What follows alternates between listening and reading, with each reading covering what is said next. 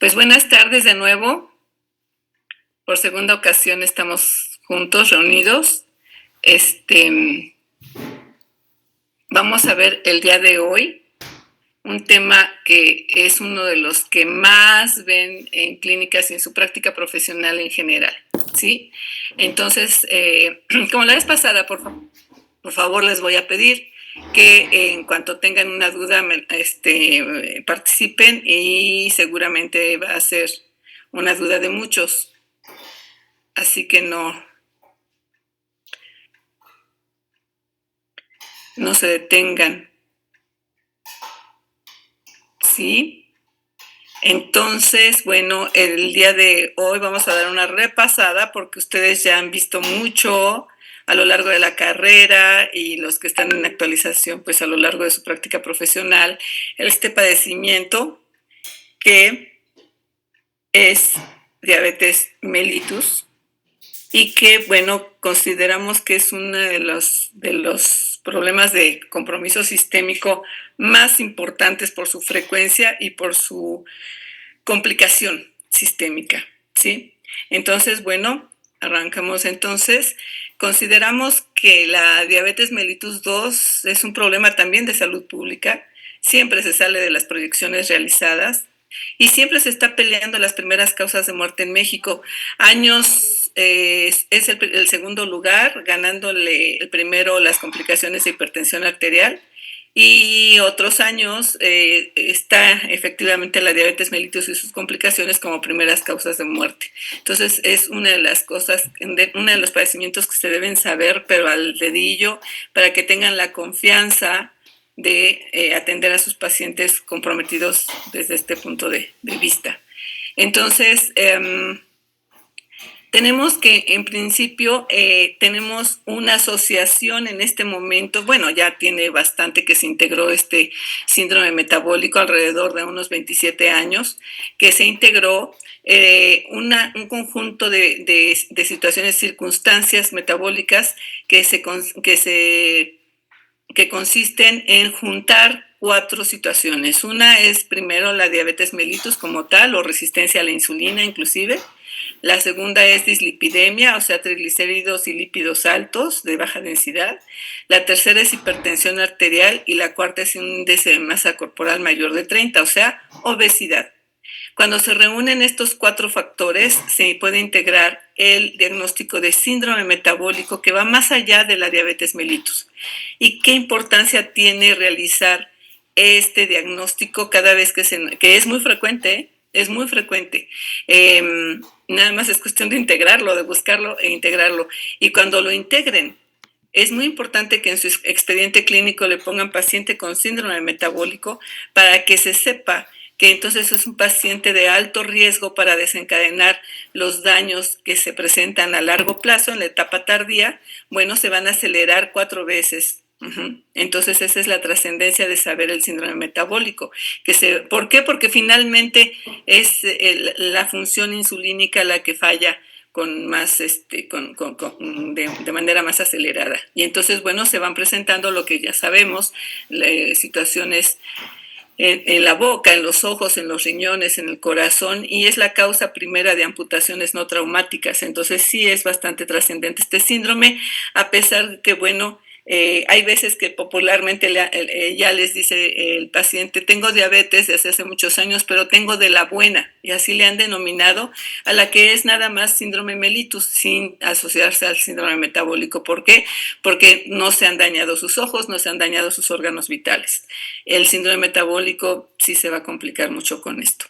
Pero entonces, bueno, una de las partes fundamentales del síndrome metabólico es la diabetes mellitus no insulino dependiente. Con esto sabemos y recordemos que hay otra insulino dependiente, que no es nuestro tema el día de hoy.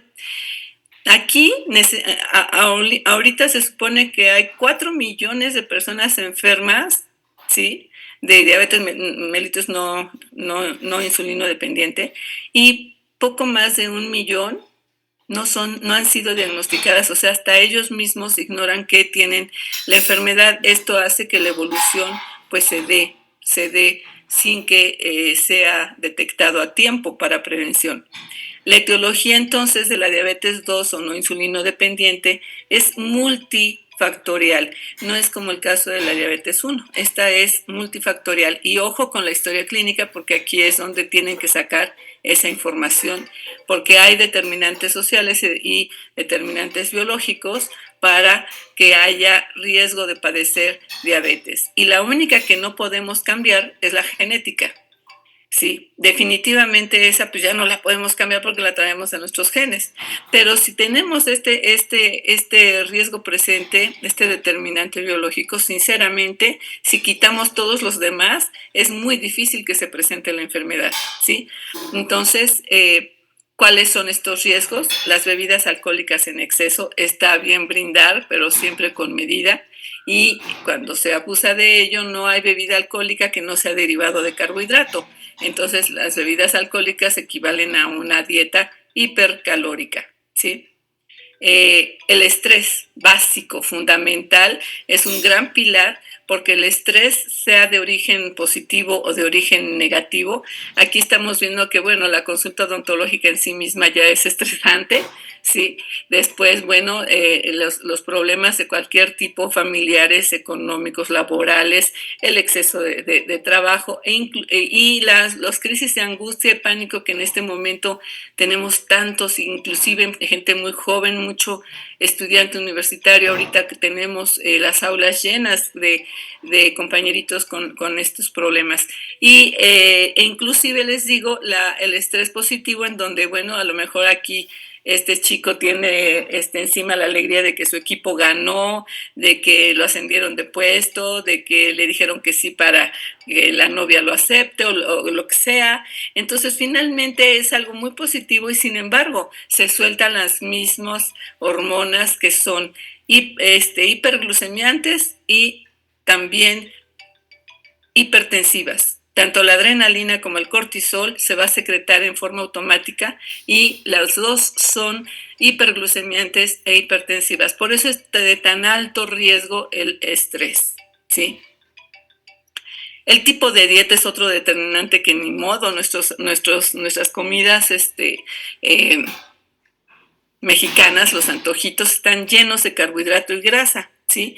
Y ni modo, ¿verdad? También la globalización nos ha llenado de la famosísima Coca-Cola, que hasta la barba sanitario sirve, pero que todo mundo dice que en un momento dado de la vida una Coca-Cola vale oro, ¿verdad? Pues claro, es la mercadotecnia y la globalización, pero tiene muchísima azúcar la Coca-Cola.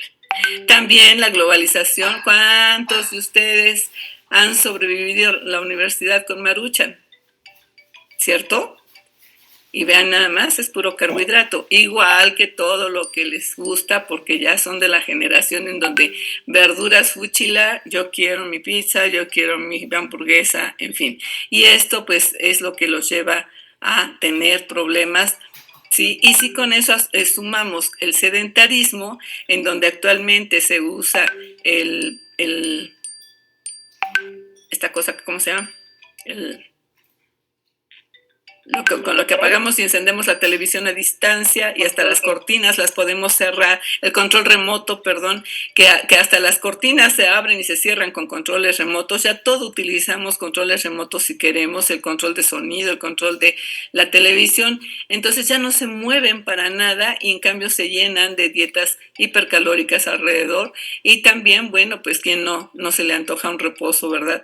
Ahí, pero siempre y cuando se haga ejercicio físico. Se supone que para no ser sedentarios tienen que hacer alrededor de 30 a 40 minutos diarios durante 5 días a la semana mínimo para no considerarse sedentarios. Como resultado de la dieta y del sedentarismo que tenemos, pues entonces tenemos un gran problema desde la niñez, que es la obesidad, y también en el adulto joven y también en las mayores está la obesidad presente. Aquí tenemos un ejemplo de los que dicen los pacientes varones, no, si yo sigo con mi misma talla, yo no he cambiado de pantalón, sí, pero vean dónde anda la panza, ¿verdad? Le está colgando y el pantalón está colocado abajo de su abdomen. Este abdomen prominente es de muy alto riesgo, ¿sí? Para las enfermedades metabólicas. El tabaquismo como tal no es hiperglucemiante, pero sí es catalizador. Como todos sabemos, los catalizadores aceleran y aceleran, pues, si no se tenía gran riesgo para la diabetes, el hecho de estar con el tabaco pues de manera permanente, o ya sea también el tabaquismo pasivo, vamos a tener problemas, ¿sí? Entonces también se recomienda no fumar. Y de los hijos macrosómicos, aunque sea uno, sí, un hijo, porque también la multiparidad es de riesgo, pero actualmente ya la multiparidad prácticamente no se observa. Multiparidad son más de 3 hijos, de 3 partos. Pues casi ya no se observa eso, pero sí el macrosómico, aunque sea un solo hijo, si pesa más allá de 4 kilos, aquí tenemos un niño de peso normal, el mexicanito siempre está en un peso normal a término, entre 2,5 y 3,5 kilos. Este chiquito pesó 3,300 y midió 49 centímetros, perfectamente normal. Pero junto a este, también estos son recién nacidos a término. Y vean nada más que mastodontones, ¿verdad? Más de 5 kilos este, casi 60 centímetros de longitud, y este casi 5 kilos con 54 kilos. No parecen ni siquiera recién nacidos. Y la macrosomía es peligrosa, riesgosa para la mamá, no para los hijitos, no para los niños que nacieron grandotes, sino el riesgo es para la madre. Entonces, bueno, les decía yo que la multiparidad y la menopausia son riesgos, pero que en este momento ya se consideran de menor importancia, ¿no? Entonces, pero bueno, hay que tomarlo en cuenta, pero la resistencia a la insulina es, digamos que, una característica de la diabetes 2, ¿sí? Es la primera etapa, digamos, la primera etapa de la diabetes 2. Entonces a esta, ojo, porque hay que buscarla. ¿Por qué? Porque el paciente está asintomático, ¿sí? No hay alteración alguna clínicamente hablando, se comporta perfectamente normal. Inclusive si le toman su glucosa con el glucómetro, va a ser normoglucémico, va a estar en cantidades adecuadas de glucosa circulante. Sin embargo, esto lo logra gracias a una hiperinsulinemia. Y la determinación de insulina en ayuno es algo que no tenemos la costumbre de solicitar, y esto es lo que nos da la pauta, lo que nos puede hacer pensar que mi paciente ya está en resistencia a la insulina, porque a pesar de que todavía no tiene ninguna manifestación y su glucosa está totalmente aceptable, lo está haciendo por la hiperinsulinemia que presenta. Esto entonces se considera que ya es un estado patológico, la hiperinsulinemia. Sin embargo, es totalmente asintomática. Es lo que antes se llamaba prediabetes. Muchos años se le llamó prediabetes, pero ya desapareció ese término. Y es que se comprobó que se debe esta resistencia a la insulina a que lo que falla no es el páncreas, al contrario, el páncreas responde, por eso es que hay hiperinsulinemia, porque está trabaje y trabaje con tal de bajar la glucosa. Lo que falla y empieza a dejar de funcionar adecuadamente son los receptores insulínicos de membrana celular. Todas, bueno, no todas, casi todas las células de su organismo y de todos los humanos están forraditas de receptores insulínicos, porque necesitan de la insulina para introducir a la glucosa al citoplasma celular, ¿sí? Excepto neuronas, excepto eritrocitos y excepto, ojo, retina, ¿sí? Estos 3 celulitas, tipos celulares, les hace tanta falta y es tan vital para estos 3 células la glucosa, que no necesitan receptores de membrana. Pero el resto del cuerpo, del organismo, necesita receptores, que cada célula tenga receptores específicos para la insulina. Y se ha visto que, por ejemplo, la grasa visceral que se va acumulando alrededor de las vísceras, es un riesgo muy grande para que estos receptores se atrofien. Por eso tan importante controlar peso cuando hay antecedentes genéticos importantes de diabetes, porque si se abandonan y tienen una gran cantidad de grasa visceral, hay el riesgo de atrofia de receptores insulínicos, y por eso es de que se capta menos la insulina y empieza a permanecer la glucosa alta en sangre y el páncreas responde, ¿sí? Y aumenta la secreción de insulina y hay una hiperinsulinemia. Sin embargo, poco a poco se va cayendo en una disminución de las funciones de la insulina, poquito a poquito. Ajá. Y las funciones de la insulina, en general, sabemos que es nuestra hormona hipoglucemiante por excelencia, y que lo hace permeabilizando la membrana celular al paso de la glucosa, que aumenta la glucogénesis, que esto es formación de glucógeno, la manera de almacenar la glucosa en el músculo y en el hígado, músculo estriado y en el hígado, y la lipogénesis, o sea que manda, favorece que se formen, que se depositen los triglicéridos que hizo el hígado en el tejido grasoso de reserva, y entonces hay una función lipogenética. Esto es lo que se sabía hasta hace algunos años, yo creo que unos 27, como unos 40 años, y después se le fue identificando más funciones a la insulina, como es el de favorecer la vasodilatación, porque actúa sobre la pared de los vasos, ¿sí? Entonces, si favorece la vasodilatación, si hay efectos en la falta de acción de la insulina, vamos a tener una vasoconstricción de mayor o menor grado, ¿sí? También como función de la insulina, bajan los triglicéridos y los lípidos de baja densidad, ¿sí? Porque favorece la lipogénesis precisamente. Y bueno, si falla, pues entonces vamos a encontrar elevación de triglicéridos y lípidos de baja densidad. Aumentan los lípidos de alta densidad, ¿sí? Y aquí, en cambio, cuando empieza a fallar, pues empieza a disminuir los lípidos de alta densidad, que son benéficos para nosotros y que está muy bien tenerlos altos, porque son grasas de muy alta densidad que inclusive arrastran a los de baja densidad. Disminuye la agregación plaquetaria. Este es muy importante. Tanto disminuye la agregación plaquetaria como que bloquea principalmente al fibrinógeno. Tenemos muchos mecanismos anticoagulantes en nuestro cuerpo, porque a la sangre le recontraencanta coagularse, y entonces tenemos muchos mecanismos de prevención de coagulación en nuestro cuerpo. En uno de ellos, pues, contribuye la insulina, disminuyendo la agregación plaquetaria. Entonces, cuando falla, pues hay un aumento en la agregación plaquetaria, o sea, el tapón plaquetario se hace muy rápido, el tiempo de sangrado se acorta. Y al bloquear principalmente el fibrinógeno, sabemos que el fibrinógeno es parte esencial de la red de fibrina, de las fibras de fibrina, y entonces interviene obviamente en la formación del coágulo.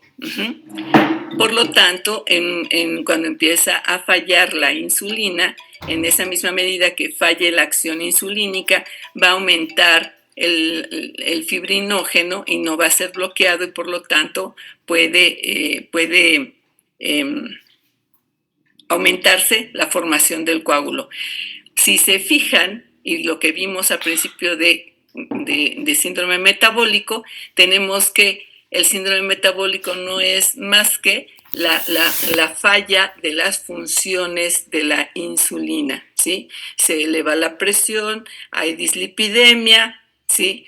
Está la obesidad y por lo tanto la hiperglucemia también como falla ya de la falla insulínica. Pero que estos dos también nos están diciendo que debemos estar tranquilos porque en el sentido de que lo que nos dicen nuestros asesores clínicos, y si lo siguen diciendo algunos de ellos, es de que cuidado, no atiendan a pacientes diabéticos que no estén controlados en cifra normal de glucosa, porque si no les va a sangrar demasiado y las hemorragias van a ser un peligro para ustedes.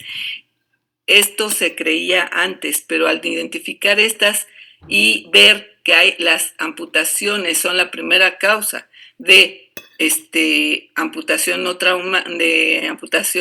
traumática, pues ¿por qué amputan? Pues porque se muere la pierna, se muere el dedo del pie por falta de circulación.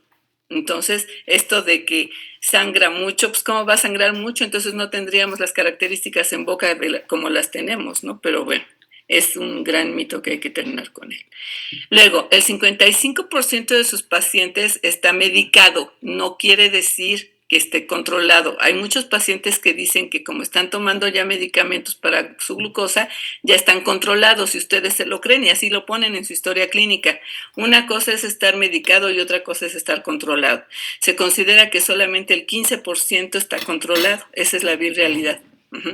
Entonces, vean, esta persona que la tenemos desde un principio y es un hombre bastante joven, vean nada más a la hora que se sonríe, que en boca se bota.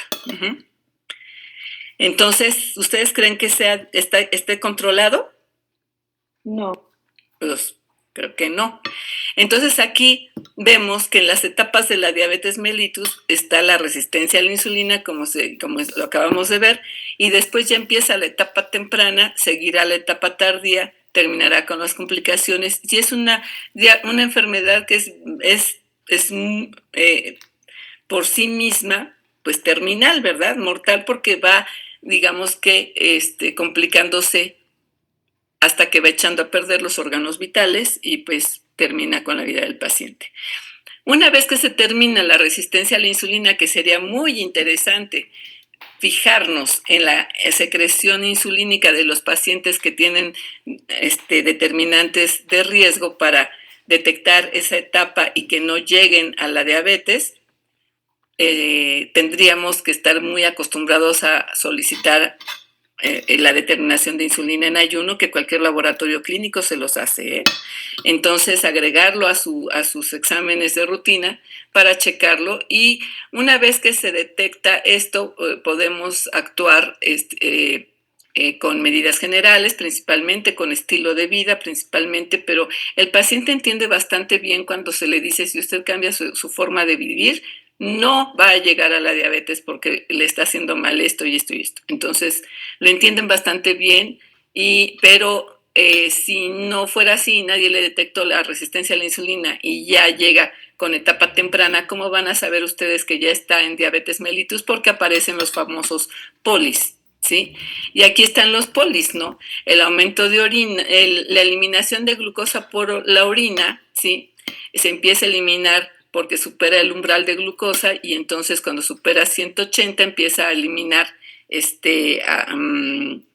glucosa por orina, y la glucosa arrastra agua y entonces hay aumento de orina, la famosa poliuria, pero es una orina que no debe perder el paciente, por lo tanto lo deshidrata, y la deshidratación de piel y mucosas va a aumentar la sed, porque el hipotálamo dice que ya la sangre está bien concentrada, y entonces estimula al centro de la sed, y entonces hay la polidipsia, pero se manifiestan los datos de deshidratación. En el área odontológica, pues va a ser característica las mucosas de boca secas, ¿sí? Además está como la falta de glucosa dentro de la célula está permanente, pues aparece una astenia y una dinamia que llaman la atención. El paciente les dice, estoy cansado todo el tiempo, tengo flojera todo el tiempo, no quiero hacer las cosas que debo hacer, y sé que las debo hacer porque nadie más las va a hacer, pero no tengo las fuerzas. Esa es la falta de glucosa intracelular. Y dentro de la célula, pues obviamente empieza a sacar su energía, ¿sí? A mandar mensajes de que necesita glucosa intracelular para sacar su energía y entonces se destruyen las grasas. Y eso lo hace el hígado, pero se pierde peso. Entonces hay pérdida de peso y está la polifagia, en donde también pues la demanda de que hay necesidad intracelular de glucosa hace que haya la polifagia. Sí, y son los famosos polis. Aquí estaría faltando el prurito, que se llama prurito a la comezón generalizada, pero muchas veces se carga un poco más a genitales y eso muchas veces puede ser el motivo de consulta al médico, porque no se lo explican. Y esto es por alteración ya de cantidades de glucosa en las terminaciones nerviosas. La etapa tardía pues ya está mucho más complicado porque tenemos que hay solamente dos cosas, daño vascular y daño nervioso. Ustedes díganle a sus pacientes, no, usted no se preocupe, si es de la banda que dice, yo de algo me he de morir y no me quiero cuidar y yo quiero seguir comiendo lo que quiera y haciendo lo que yo quiera, ok, nada más se le va a echar no se le va a echar a perder lo que tenga, lo que no, bueno, más bien va a permanecer sin cambios lo que no tenga vasos sanguíneos y lo que no tenga nervios. Eso quiere decir uñas crecidas y cabello, vello. Tan, todo lo demás se le va a echar a perder porque todo está inervado y todo está vascularizado, ¿verdad? Entonces se echan a perder los vasos y los nervios. Entonces eso ya es etapa tardía cuando empiezan las manifestaciones de este daño. Hay que aclarar que estos daños empiezan en la etapa temprana, en el momento en que se establece una glucosa por arriba de 126, se considera que empieza a dañarse los tejidos de manera paulatina pero progresiva. Y pues entonces, después de años de estar en mal control, pues llega la etapa ya tardía, las manifestaciones. ¿Qué pasa? Hay una arterioesclerosis y una ateroesclerosis. ¿Hay alguna duda entre las dos? Arterioesclerosis y ateroesclerosis, ¿o les queda claro? Sí, doctora, está claro. ¿Está claro? Ok, entonces los procesos de arterio y ateroesclerosis les van a conducir a una insuficiencia circulatoria periférica, no pasa a la sangre porque la luz del vaso está cerrada y entonces pues va a haber una hipoxia, ¿verdad? Una hipoxia que muchas veces pues va a conducir a una amputación. Aquí esto es consecuencia de lo que estamos hablando, ¿sí? Y esto que hay resorción ósea y hay daño en los tejidos de sostén del diente, eso por falta de oxigenación, por falta de circulación. Y la neuropatía diabética, bueno, pues es una insuficiencia, por una insuficiencia, por una alteración doble. Por un lado, insuficiencia circulatoria periférica, que lo lleva a una hipoxia, y por el otro, la glicosilación proteica, que lo lleva a que se vaya almidonando la neurona, ¿verdad? Y ya no funciona.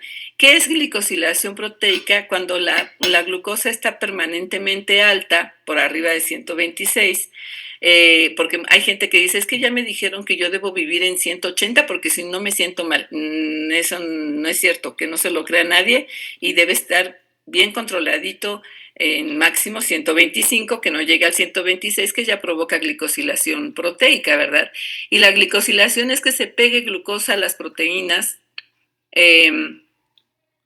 y esta glicosilación proteica, recuerden ustedes qué pasa cuando muerden una manzana roja de feria que tiene forro de azúcar. ¿La han probado? ¿Qué pasa cuando la muerden?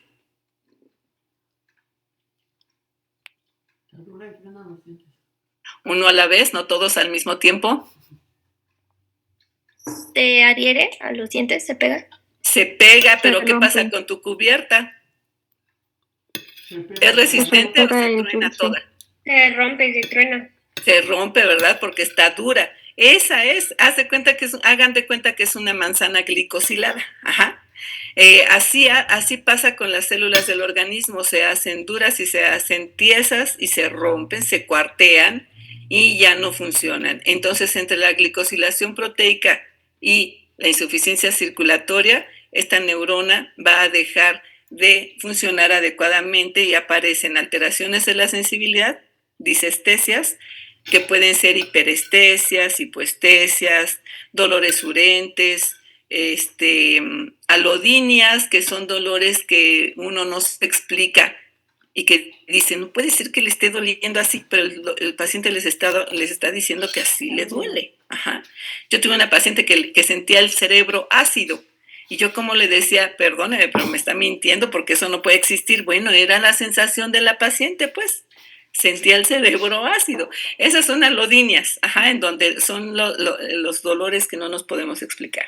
Entonces, el dolor ardoroso, lancinante, que conocemos como neuropatía diabética, pues es ya parte de la diabetes tardía, de la etapa tardía. ¿Hasta aquí preguntas? No, doctora, ninguna. Doctora, perdón, una duda.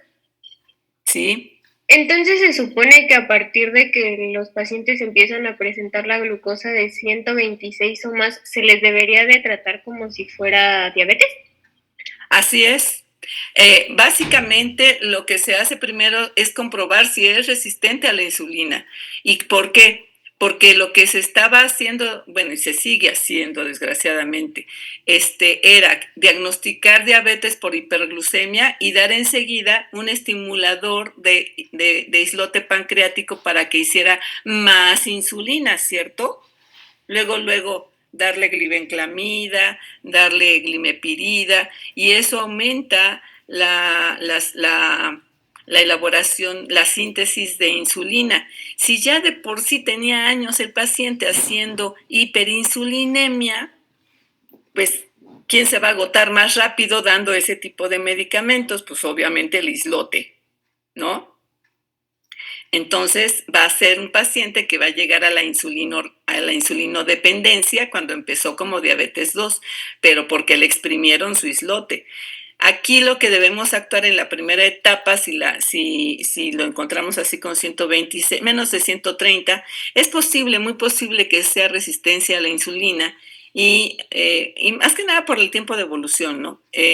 Y comprobar que haya hiperinsulinemia, y si eso es así, pues el tratamiento médico está basado en favorecer la entrada de la glucosa a la célula, no exprimir al islote. ¿Lo entienden?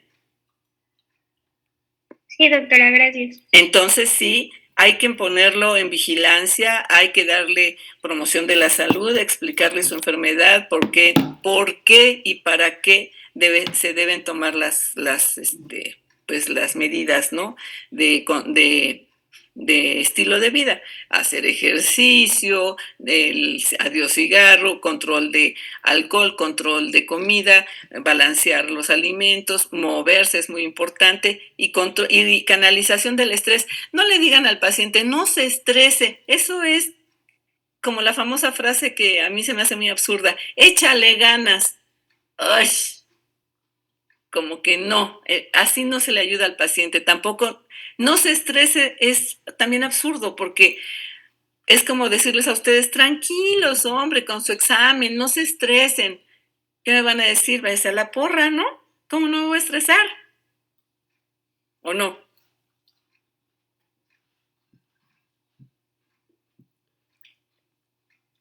Se dice que el estrés nos hace cumplir metas, nos hace salvar vida, nos hace protegernos. Entonces, no es malo. Lo que es malo es reprimirlo y no canalizarlo.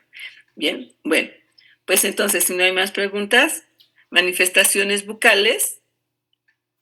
Obviamente la deshidratación es muy importante, ¿sí? Y más que nada, que a mayor deshidratación, o sea, más seca la boca, hay pacientes que no les pueden ni hablar bien porque se les pega la boca en el paladar. Entonces, a más deshidratación, se considera que hay más acidosis. Ajá. ¿Por qué? Porque la cadenita es la siguiente. Como vimos hace rato, la hiperglucemia provoca poliuria y la poliuria osmótica va a provocar la deshidratación del paciente, pero entonces hay un estado, la hiperglucemia y la formación de glicerol en el hígado, va orillando al paciente a tener acidosis. Esta acidosis es causante de una de las complicaciones agudas, que es la cetoacidosis. Ustedes fíjense muy bien en esta hidratación de boca, hidratación de mucosas, conjuntiva, o piel seca. Si su paciente llega en este estado, hidrátenlo.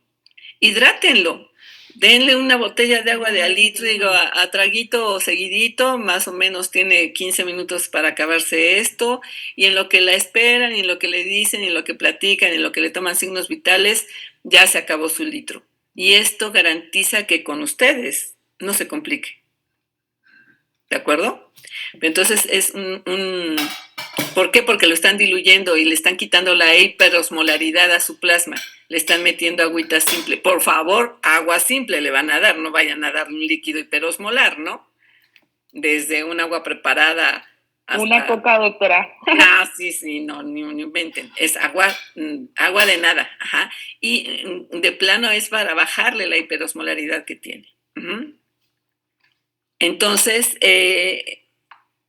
obviamente va a haber daño en tejidos de sostén y obviamente se van a alterar pues el ligamento periodontal, el hueso, la encía. Entonces, en general, podemos decir que empieza a aparecer por una insuficiencia circulatoria, que es la mismita que vimos hace unos minutitos, sí, se va tapando los vasitos que nutren a la boca, a la encía, a los tejidos de sostén del diente, y entonces hay una periodontitis asociada a enfermedades sistémicas, que es lo que antes conocíamos hasta 17, 18, 19, 20, 21. Hace 7 años que se cambió la clasificación de la periodontitis. Antes le llamábamos simplemente enfermedad periodontal y ya se sabía, pero ahora es mucho más detallada, y es la periodontitis asociada a enfermedades sistémicas. En este caso, lo más puntual tendría que ser periodontitis asociada a diabetes mellitus, ¿ok? Discúlpeme, doctora, levantaron la mano Juan Carlos. A ver, Juan Carlos, dime. No, fue Juan Pablo. Ay, perdón, Juan Pablo. Doctora, esa cetoacidosis también la podríamos tratar, no sé, con sueros como a base de sodio, cloruro o potasio. Digamos, no, lo más recomendable es precisamente el agua sola, porque como está deshidratado, en 15 minutos lo va a empezar a absorber. Ajá. Y si tú metes una solución hiperosmolar, el Ringer, la solución con sodio, con sales, es hiperosmolar y no le vas a ayudar mucho a diluir su hiperosmolaridad. Ahí necesitas, te digo, agua simple.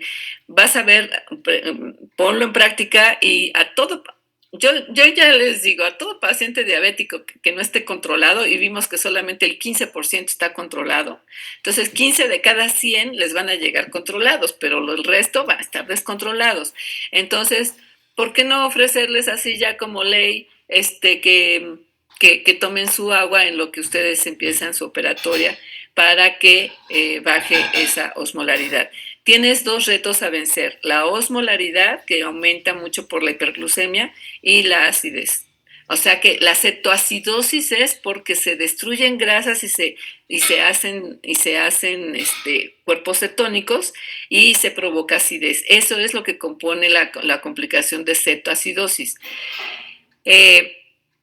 Sin embargo, también está el desequilibrio hiperosmolar, que se va dando poco a poco en la medida que aumenta la glucosa, y entonces generalmente se van asociando los dos, por un lado la cetoacidosis y por el otro lado la hiperosmolaridad. Por eso es de que cuando te desmayan, que dicen, es que ya le dio un coma. No le dio un coma, le dio un desequilibrio cetoacidótico hiperosmolar. Ajá. y hay que hidratarlo y hay que bajarle la osmolaridad y hay que compensarle la acidosis, pero para evitar eso ustedes podrían hidratarlo y con eso sentirse mucho más seguros. Es más, a lo mejor el paciente dice, ay, ni me supo, es más, me acabé el litro, no tiene un poquito más, porque claro, un grito del hipotálamo es sed, por favor, sed, ajá. Pero los pacientes, bien dijeron hace ratito, ¿no? Van y se compran su coca y se la toman, queriendo terminar con su sed, pero al contrario, empeoran el problema. Llega con ustedes y le dan su litro o litro y medio de agua de nada, inclusive busquen el agua baja en sales, o inclusive compren para su consultorio agua alcalina y eso les va a servir muy bien para hidratar a este tipo de pacientes. Sí han visto el agua alcalina, ¿verdad?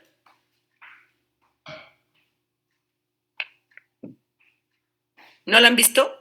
Bueno, si no la han visto en cualquier supermercado grande, están en el área de aguas, botellas que así dicen, agua alcalina, porque se ha visto que ahorita el estado de alcalinidad favorece al sistema inmunológico, entonces se está promoviendo mucho que aumente un poquitín el pH de 7.45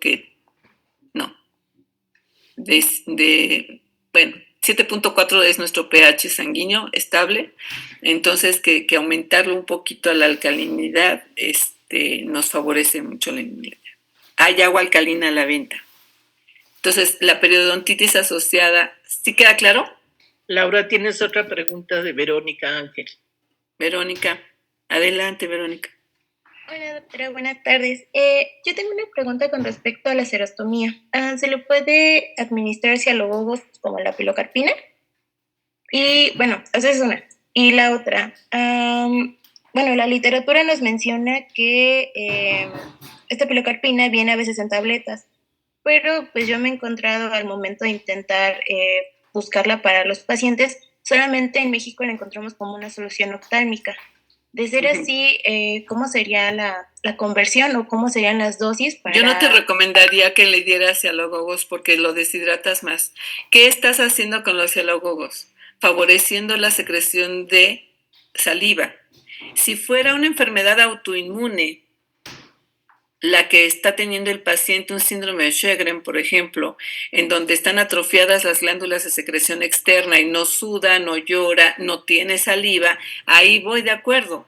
Pero aquí la sequedad de las mucosas es por la hiperosmolaridad y que causa la deshidratación que tiene el paciente por el descontrol hiperglucémico.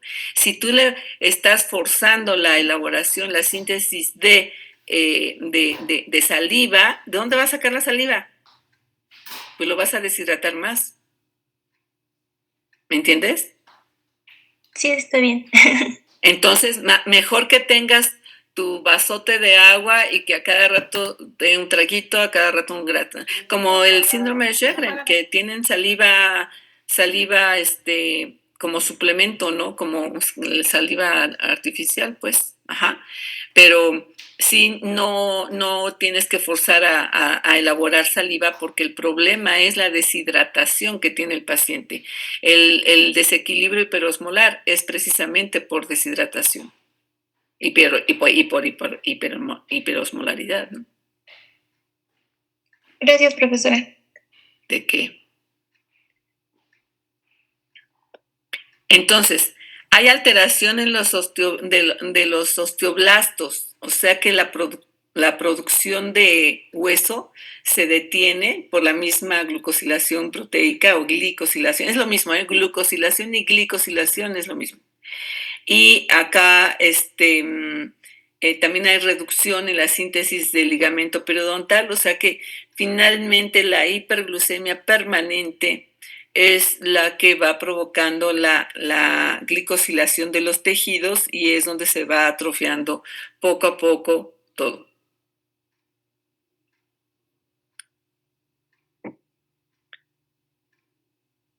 Este es un paciente del doctor Jesús Cerón, que amablemente me cedió la foto de su paciente porque me decía, tienes que aclarar, desde siempre me lo ha dicho, que hay que aclarar que la periodontitis del diabético no siempre es por mal aseo, que en este caso, que se viera que no hay aseo defectuoso, un aseo incompleto, ajá, y sin embargo tiene la periodontitis asociada a diabetes, ¿sí? Entonces, es más que nada por lo que dijimos acá, que hay reducción en la síntesis del ligamento periodontal y que hay alteraciones en los osteoblastos y que hay también retracción gingival, ¿sí? Otro problema entonces también por alteraciones en boca, más que nada de pH, la acidosis condenada, nos favorece las infecciones. Y las infecciones pueden ser bacterianas, ¿sí? Que pues son muy comunes. Y como complicaciones del paciente diabético, se infecta fácil y se complica más fácil que otro tipo de paciente. Entonces, cuando tenga algún proceso de aquí limitado, pues hay que atenderlo a la brevedad y de manera completa y seguir y hacer el seguimiento hasta su resolución completa. No dejarlo de que, ya casi está listo. Sí, la veo en 15 días. No, por favor, porque en 15 días puede suceder esto, ¿sí? ¿Qué pasa? Que se vaya a tejidos blandos la infección y que se provoque angina de Ludwig o celulitis o hasta osteomielitis, situaciones que ya necesitan atención hospitalaria y pues que algunas ocasiones son mortales. ¿Por qué? Pues porque provocan inflamación de glotis y obstrucción de vía aérea. Entonces, no son juego, por eso es que hay que evitar estas complicaciones y estar detrás del paciente. Hay que citar al paciente, si a todos los citan al año para revisarlos y hacer su promoción de la salud bucal, y algunos con algún compromiso, por ejemplo, el respirador bucal, no, pues tú vente cada 6 meses o cada 4 meses. No, hombre, a tendrían que estarlo checando cada 3 meses de manera ideal, o sea, 4 veces al año, para detectar procesos infecciosos en etapas no peligrosas, pues. Las infecciones también pueden ser micóticas, en donde, pues, obviamente es la cándida la más común, y así como le ven en boca, puede estar en todo el tubo digestivo y también puede estar en muchos lugares, en cualquier mucosa, en reproductivo, también en genitales puede estar la cándida y obviamente en vías respiratorias, en la mucosa respiratoria. Entonces es un hongo que hay que respetar muchísimo porque se puede generalizar, ¿sí? Cuando el paciente está inmunodeprimido por alguna razón, ya sea porque está en tratamiento corticoide o está inmunodeprimido por su propia patología autoinmune que tenga, tiene muchos problemas de hongos. Hay que respetarlo mucho, hay que darle el compuesto, el itraconazol, miconazol, cualquiera de estos, con también medios alcalinos, ¿no? Enjuagues alcalinos.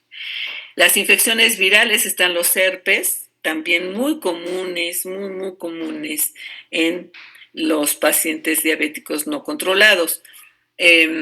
Entonces, vean, están invitados a la fiesta, a llegarle todo mundo, tienen su lona de bienvenidos a la fiesta, cualquiera que quiera. Aquí hay, ¿no? Cómo vivir bien. También la neuropatía puede formar parte. También la neuropatía puede formar parte de estas manifestaciones en boca. Cuando ya hay una neuropatía diabética, aumenta mucho la frecuencia de la neuralgia del trigémino, ¿sí?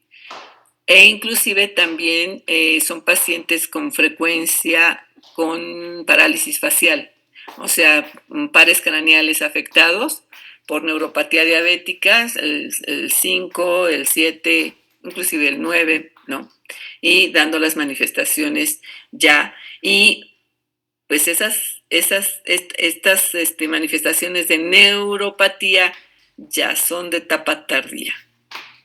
Entonces, ¿qué vamos a hacer con un paciente diabético no controlado? Que es la gran mayoría. Porque obviamente en sus clínicas les dicen, no, mándalo al médico y que se controle y cuando esté controlado lo atendemos. ¿Qué pasa? Pierden al paciente.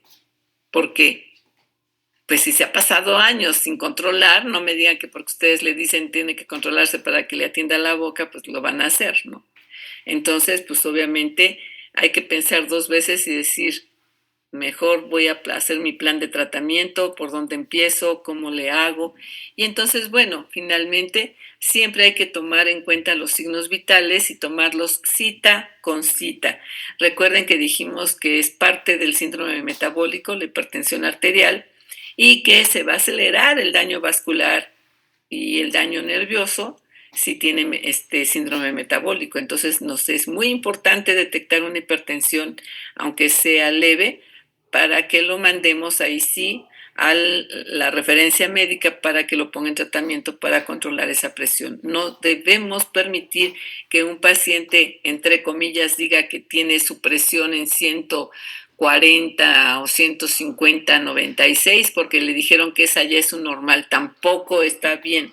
Y más aún cuando el paciente es diabético. Cuando el paciente es diabético hay que cuidar esos vasos porque recuerden que la glicosilación proteica los va poniendo tiesos, ¿sí? Y entonces se pueden romper con mayor facilidad.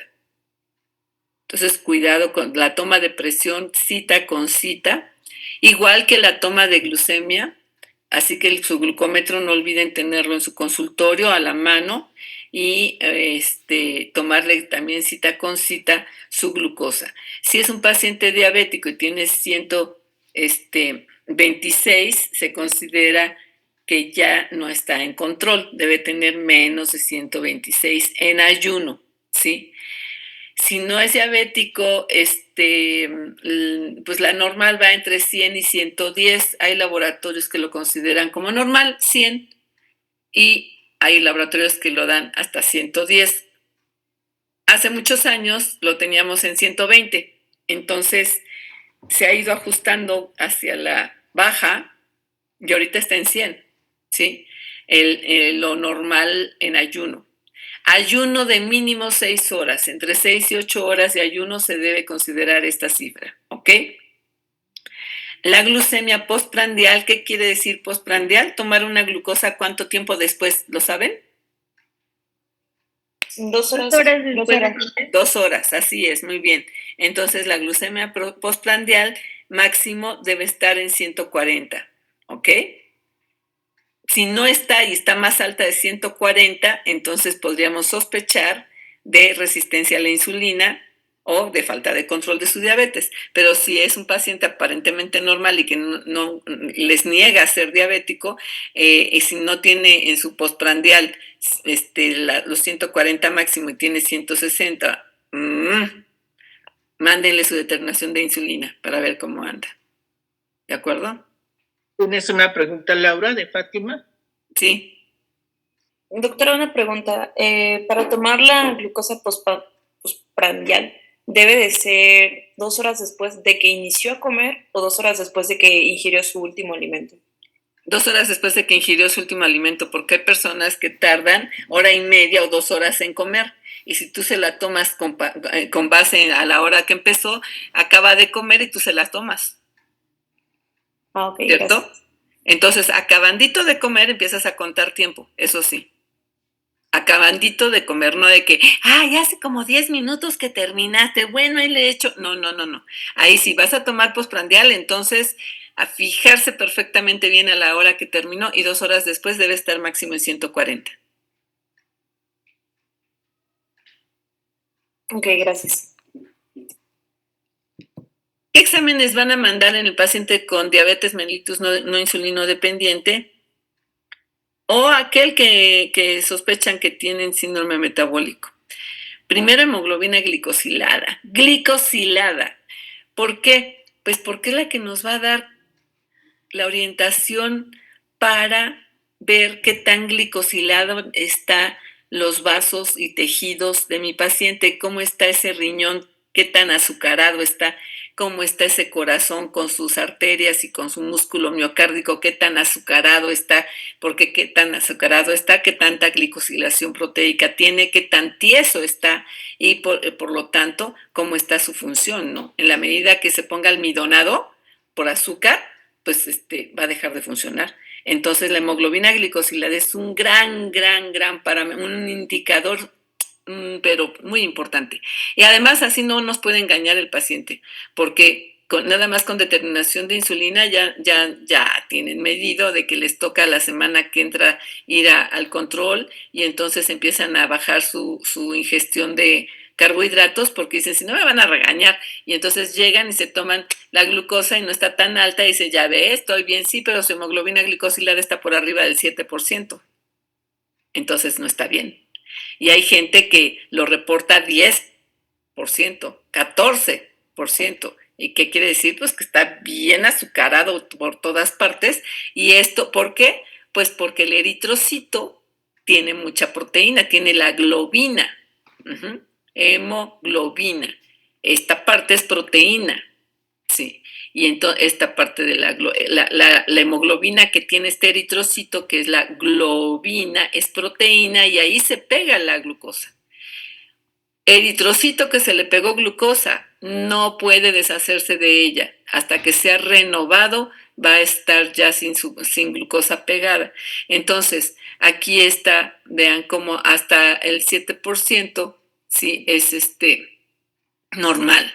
Y de ahí ya es hasta el 8% es, digamos que máximo preventivo, pero fuera de más allá del 8 está en perfecto estado de glicosilación proteica. Y entonces, ¿qué pueden pensar ustedes? La encía está azucarada, la encía está con insuficiencia circulatoria, la encía está con alteración de oxigenación, de inervación, de nutrición, ¿sí? Los exámenes para valorar al paciente, bueno, van a ser también determinación de triglicéridos y lípidos de baja y alta densidad. Ustedes, si le piden una química sanguínea de 12 elementos, ya les mandan esto sin más trámite, pero si quieren no mandarle de 12 elementos, siempre les conviene más la de 12 elementos que una química de 4 elementos y luego la determinación de triglicéridos, lípidos de baja densidad y lípidos de alta densidad. La química de 12 ya se los... Y valora la aterosclerosis que tenga su paciente. En la medida que aumenten los triglicéridos y aumenten los lípidos LDL, que son Low Density Lipids, tenemos problemas de que acumule el LDL en la pared vascular, ¿sí? Y en cambio el lípido de alta densidad rescata esa grasa depositada y limpia el vaso. Por eso es que estos deben estar bajos o en control, pues, y debe estar altito, y entonces eso está muy bien. ¿Esto de dónde sale? De los lípidos vegetales. Estos son los lípidos animales, las grasas animales. Todo lo que vuela, corre, nada, tiene grasa de baja densidad. En cambio, y más las pieles. En cambio, es el vegetal y bueno, el fruto no tiene grasas, pero vegetal. Y todas las semillas, ajonjolí, pepita, nuez, cacahuates, pero cacahuates no con camisa de harina y mugre y media química encima. Las cacahuates deben ser pues como las pepitas o como las nueces, así peloncitos o de piñata. Y así, entonces nos valora la aterosclerosis y por lo tanto nos está valorando la circulación. Porque luego dicen, es que le dio algo en su cerebro, sí, era diabético, pero era porque le dio algo en el cerebro y ya se fundió. Pues claro, Nunca lo relacionan con la diabetes, y menos con que no hizo lo adecuado. Un general de orina, sí, siempre va a ser bueno sacarlo para buscar proteínas y para buscar cilindros. Las proteínas se buscan en la parte química del general de orina y los cilindros se buscan en el sedimento. Son los dos indicadores más importantes para detectar daño renal. ¿Sí? Recordemos que el riñón trabaja con la nefrona y la nefrona es surtida por el glomérulo y el glomérulo es una madejita como telaraña de vasos de capilares arteriales, lo cual están expuestos a la glicosilación proteica. Hay un proceso que se inicia en el paciente diabético que se llama glomeruloesclerosis diabética, que eso es lo que pasa. El glomérulo se va almidonando, se va entiesando y muchos se van rompiendo y son nefronas que ya no pueden filtrar. Por eso es que la insuficiencia renal es una complicación a largo plazo en los pacientes de manera muy, muy, muy frecuente. En caso de cirugía,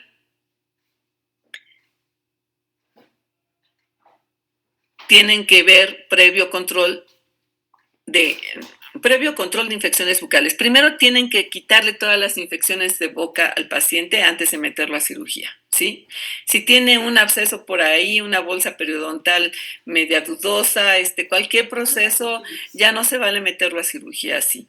Favorecer la formación del coágulo, claro, porque dijimos que el paciente no tiene una buena circulación, al contrario, la bronca va a ser que haga el coágulo. Les hace muchas veces alveolitis, alveolo seco, y entonces obviamente se les sugiere que hagan raspaditos, que hagan que suturen lo que normalmente no suturan, por ejemplo, después de algunas extracciones, pues en un buen sangrado, pues hace un tapón de coágulo que aísla y que favorece la cicatrización, pero en el caso del diabético no es así, lo cual entonces se sugiere que se suture para favorecer la cicatrización. También indicar antibiótico terapia mínimo por 7 días, porque son pacientes que en este momento no están infectados, pero nada más le hacen cosquillas y se va a infectar. Y si le están dejando ahí una incisión y una apertura hacia su cuerpo, es muy posible que se infecte. Entonces, que en general se sugiere antibiótico terapia por 7 días. Indicar vitamina C a dosis de 1 gramo por día, repartido en 3 o 4 tomas, porque es hidrosoluble. Si ustedes dan el gramo de un solo jalón, lo va a orinar y no le va a hacer lo que queremos que haga, que es estimular la formación de tejido conectivo para favorecer la cicatrización. Entonces lo van a indicar hasta dar de alta el procedimiento quirúrgico y no dejen de hacer el seguimiento a las 24 y 72 horas. Ya sé que en clínica lo citan a la semana, pero ustedes en su consultorio por lo menos pónganse en contacto telefónico con ellos para saber cómo están. O si lo pueden ver porque está muy cerquita, que vaya a verlos. La atención en el consultorio, entonces, pues debe ser a través de una historia clínica completa, con énfasis en infecciones sistémicas y complicaciones de la diabetes mellitus, ¿sí? Infecciones sistémicas, ojo con las vías urinarias, ojo con las vías respiratorias, con el oído, y las uñas, ¿sí? Son los lugares que se infectan más de manera silenciosa.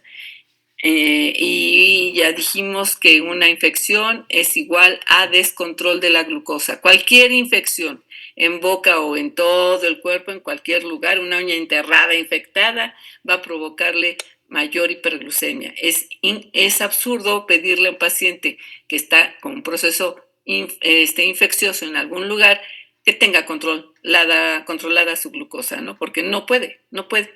La hidratación del paciente, como ya dijimos, es fundamental. Valoración de auxiliares de diagnóstico, el plan de tratamiento de acuerdo al estado de salud sistémica, porque pues en la etapa tardía pues ya va a haber daño renal, daño cardíaco, daño en cerebro, daño en ojo, daño en hígado a largo plazo. Erradicar procesos infecciosos independientemente de su glucosa. ¿Qué quiere decir esto? que si llega por un proceso infeccioso con ustedes, tomen la glucosa para saber con qué glucosa va, pero realmente que no sea una barrera para que no lo atiendan. Ay, tiene muy alta su glucosa, no lo puedo atender. No, recordemos que infección es igual a hiperglucemia, entonces para contribuir al control de su glucosa hay que quitarle esa infección bucal, ¿ok? Ustedes van a hacer bien en quitarle esa infección. Revisar cada cita glucosa, y ahí está, y la cifra máxima para procedimientos programados se considera 180 miligramos, aquí me equivoqué una letra, se me fue una M de más, 180 miligramos por decilitros, para tratamientos programados, que no urgen, que no está infectado y demás. Y la promoción de la salud, pues es, doctores, ustedes desde el primer año fueron formados como promotores de salud, y es decirle a la familia que no lo mande a caminar, que no le dé su comida. Ahí están tus verduras, ahí está tu comida y todos los demás comiendo diferente. Aquí, en la promoción de la salud se basa en el compromiso familiar, que todo mundo haga lo mismo, a todo mundo le va a venir bien porque el factor genético es importante, así que lo tomen en cuenta, y no es de que vete a caminar, es vámonos a caminar, no es de que toma agua, es que tomemos agua, ¿ok? Y decirle mucho al paciente para qué se debe cuidar. Esa es la promoción de la salud. Siempre, aunque ya esté complicado, aunque ya tenga insuficiencia renal incipiente o media o avanzada, siempre se le va a poder conservar lo que le queda de salud con buenos consejos, ¿no? Laura, tienes una pregunta de Denise. Sí. Adelante, Hola, Denise. doctora, buenas tardes. Buenas tardes. Me regreso tantito de lo de la vitamina C. Ajá. Dice que se le tiene que mandar 1 gramo por día, pero dosificado. ¿Cómo sería? O sea, ¿las pastillas se las tienen que partir o no entiendo? Hay muchas alternativas. Lo que yo les aconsejo es que no se vayan a la farmacia a comprar la vitamina C porque es mucha poquita, y la manden a naturistas. Ajá. Por ejemplo, a Nutriza o a una naturista que compre la vitamina C, y ahí va a tener la opción de encontrar tabletitas de 250 miligramos, hasta de 100 miligramos, hasta de 50 miligramos para los niños. Entonces, le puede sugerir que se tome de 250 miligramos, por ejemplo, una con el desayuno, 2 con la comida y una antes de acostarse. Y ya se está fraccionando ese gramo. ¿Tienes otra pregunta de Pamela? Doctora, Adelante, Pamela. Sí, gracias. Yo tengo una paciente que es mi abuelita. Ella manejaba niveles de glucosa arriba de 400. Hace poco empezó a tener un mejor control, y ella pues tiene, ya con ella no hay como mayor cosa que hacer, más que una cirugía de extracciones múltiples. Mi pregunta aquí es, ¿la cifra máxima con la que yo puedo hacerle ese procedimiento es de 180? Sí. Ojo, ¿cómo le está haciendo para controlar mejor su glucosa? Salió un medicamento, ahí se los encargo, porque mucho paciente diabético que tenía problemas para controlarse. Cuando salió este medicamento, están felices con él porque empezó a controlarse mejor su glucosa. Yo digo que no debieron de aprobarlo. ¿Por qué? Porque se llama glifosina. Hay pacientes sensibles a este compuesto que tienen diarrea, y que afortunadamente, gracias a la diarrea incontrolable que se les presenta, lo tienen que suspender. ¿Por qué digo esto? Porque ya hay investigaciones de él que es bastante nefrotóxica. El mecanismo de acción que tiene esta glifosina es bastante cruel. ¿Por qué? Porque el mecanismo de acción es inhibir la absorción del túbulo contorneo proximal, parte de la nefrona, donde se reabsorbe la glucosa, es inhibir la reabsorción de la glucosa que le llega. Entonces, obviamente, tienen una superdiuresis superosmótica. porque están eliminando mucha glucosa a través de la orina, por eso se controlan mucho mejor. Te encargo de que veas que tu bueno, esté tomando glifosina, porque si no le va a salir más caro el caldo que las albóndigas. Está reportado que es muy nefrotóxico y que terminan los pacientes con un daño renal a muy corto plazo. Sí, incluso ella ya tiene insuficiencia renal crónica estadio 4 y ya está y ya incluso ya perdió parcialmente la vista. Entonces Pues sí. tiene ya muchísimos problemas secundarios o más bien complicaciones de la diabetes, pero ella toma para controlarse metformina de 650. Nada más, ok. Y también y toma, bueno, insulina 35 unidades al día. Ajá. Ah, con la insulina ya se controló mejor. Ajá, un poquito, y bueno, aparte por la dieta, porque ella era de comer resabroso todos los días. Claro, claro, bueno, pues sí, no, entonces adelante, sí, tienes como límite 180, eso es lo que está dicho para trabajar seguro. Ok, doctora, gracias. Y cuidar las infecciones, eso sí. Aquí está, si el paciente está cursando con una infección o tiene riesgo de ella, es conveniente la antibiótico terapia durante 10 días. Ahí está. Y es recomendable indicar antibióticos de amplio espectro, valorando la mejor opción de acuerdo al compromiso sistémico. Por supuesto, no le podemos dar antibióticos nefrotóxicos. Ahí entran mucho las quinolonas, las sulfas, ¿sí? Algunas ciprofloxacinos de segunda, tercera generación, entonces hay que cuidar mucho el antibiótico, pero tampoco le vayan a dar amoxicilina porque tampoco es momento de sacar antibióticos chiquitos. Hay que usar de amplio espectro, pero buscando la mejor opción, ¿ok? Ok, doctora. Pues ya, es todo. ¿Qué más? ¿Preguntas? Es lo que estamos Cuando revisando. dice antibióticos de amplio espectro, ¿pudiera ser una cefalosporina, por ejemplo?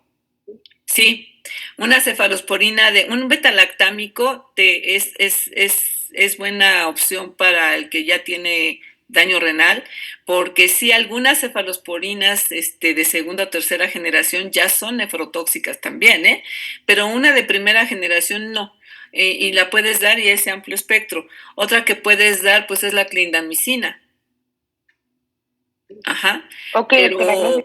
Pero cuidado y mucho cuidado con el sulfametoxazol que de repente les gusta y que es muy nefrotóxico, y también las quinolonas, ay Dios mío, es que las quinolonas, todo lo que acabe en floxacino, ay, y luego también los aminoglucósidos, la micacina, eso les gusta darlo, la micacina, la canamicina, la gentamicina, les gusta darlo para celulitis, para angina de Ludwig. Combinan un aminoglucósido con un anaeróbico, un imidazol, con metronidazol.